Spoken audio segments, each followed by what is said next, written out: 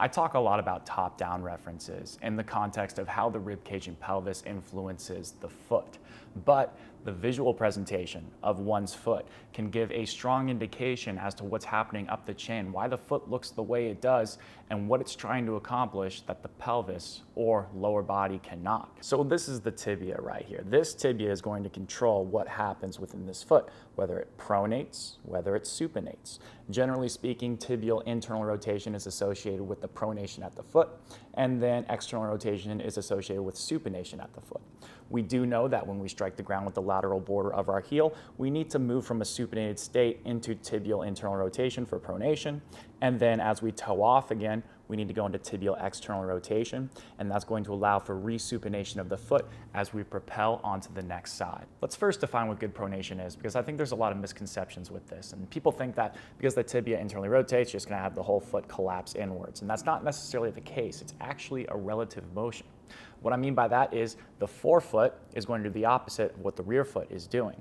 So you're going to see this rear foot go inwards, but the forefoot is going to go outwards. And you're going to see this mechanic occur here. This is normal, but if you have too much of that due to compensations, as we're going to talk about, then things can get thrown off balance. Now that's normal, but the thing is a lot of people don't have access to full range of motion, full movement options. So what do? We're going to find a way to accomplish the task, whether that's walking, running, playing a sport, whatever the case is, we're going to find a way to make it happen. The first way you could have a collapsed or compensatory foot pronation strategy is an excess of tibial internal rotation.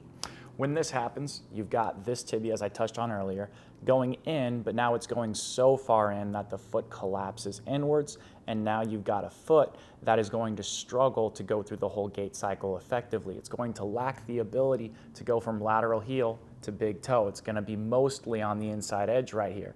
And then when this happens, the big toe right here gets jammed and it usually goes inwards, and that's when bunions can form.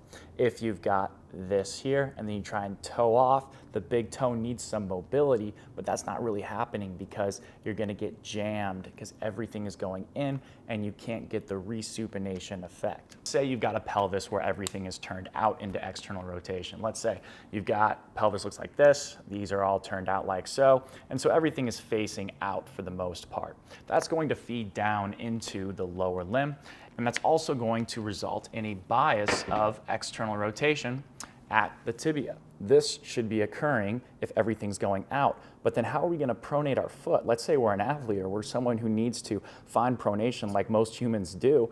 We're going to need to find that through a compensation if that tibia can't internally rotate when necessary. So things you might see commonly is an excess of tibial external rotation. So you might have that foot be really externally rotated, then all of a sudden you've got a foot that splays outward. You have this duck foot presentation where everything is turned out to the side, including the foot. If you see these pointed outwards, duck feet-like presentation, that is usually a compensation for a lack of internal rotation at the hip, and also potentially coupled with a lack of pronation at the foot. What you're probably going to see when this person toes off, they're going to, because of this compensatory pronation right here, that heel could then whip inwards closer to the midline of this person's body. If you paid close attention to what happened between the relationship of the tibia and the foot here, when this goes excessively out into external rotation, this collapses in like this, then notice what happens at this insertion from the tibia onto the foot. You're going to see this jam up so that when this tibia translates forward, then there might be a pinching sensation or an impingement on the front of this ankle because everything is collapsed inwards and you can't get the natural pronation to occur that should be coupled with that arch dropping and the tibia coming forward. In this instance, you're going to be here, collapsed in, and then you're going to be jammed. And then these people might feel a pinch when they're doing things like ankle mobility work. It's also important to consider that we don't necessarily have to have a duck foot to be in this presentation with a ton of tibial external rotation and this collapsed foot right here. You could have an instance where the foot is straight ahead and then these toes are just facing outwards like this. We see this all the time if you pay attention to what people's feet look like. You see these toes migrate out, and that's a reflection of what happens when we are pushing off within our foot like this. These toes migrate inwards, and that's just resupination of the foot. But imagine that you're spending a ton of time on your forefoot and standing, your toes are going to adapt to that, and they're going to start to face outwards because you have so much weight on the front of your foot.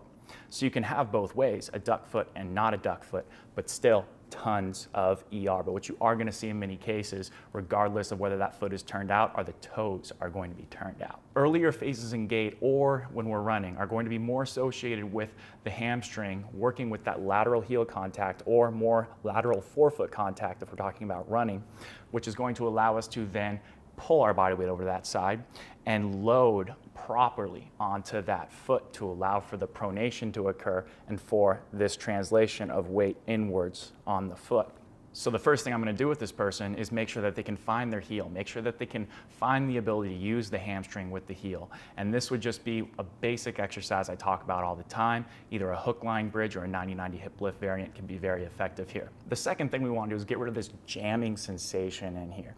You might find that you get a little bit of success getting this person to feel their heel, but if we can't re-educate proper pronation, then that can be an issue. We can accomplish that by elevating the heel. And I want to thank my buddy Alex Effer for showing me this one. When we're in this elevated heel position right here, if you have a collapsed foot like so, then it's going to be hard for you to get more pronation necessarily without jamming. But if you elevate the heel like so, then you're going to take that collapsed foot and it's not going to have a chance to necessarily go in. So you're going to create space for this tibia to translate forward, for this foot to begin to pronate, re-educate those pronation mechanics without risking nearly as much jamming happening in here. Another drill we can do to get more lateral foot contact is a suitcase carry. A suitcase carry just basically involves holding a dumbbell in one hand, the stance leg of the leg that we're going to be trying to re-educate, and then just walking with it, keeping it off of our body. What that allows us to do is everything's going to be pulled into external rotation. Imagine that load pulling you to the stance side leg.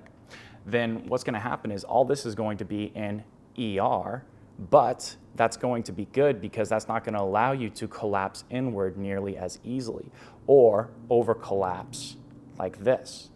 So if you have that weight pulling you out, you're probably going to be riding more on the outside part of your foot, but because this person's so used to being on the inside, that's going to help balance them out. So they're on one end of the spectrum, we're going to push them far to the other so they end up somewhere in the middle. I'm going to also make sure this person is focusing on keeping their foot straight ahead as they do this activity. And if you can handle it, another great tool you can use is a front foot elevated split squat variation.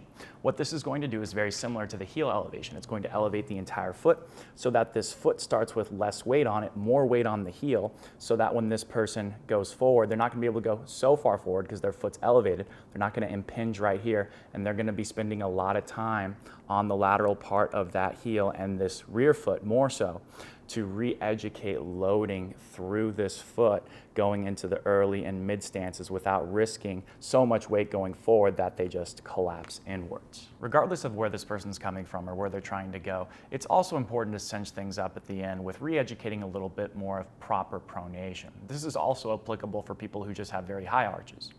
What we want to do is re-educate that proper relative motion of pronation I touched on at the very beginning, and we can accomplish this through a variety of different ways. I'm partial though to Gary Ward's foot wedges as a means to do that. For this drill you need two sort of wedges like this, and they don't necessarily have to look exactly like this. Anything like a wedge will do quite well.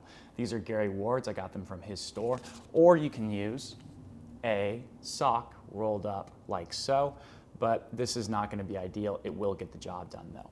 So what you want to do here is you want to place one of these wedges underneath your lateral heel, the other one underneath that first big toe met head right here. So we line it up like that so that the inner edge of the foot on this heel right here is on the ground. And then you have your other toes besides the big toe off of that wedge or sock.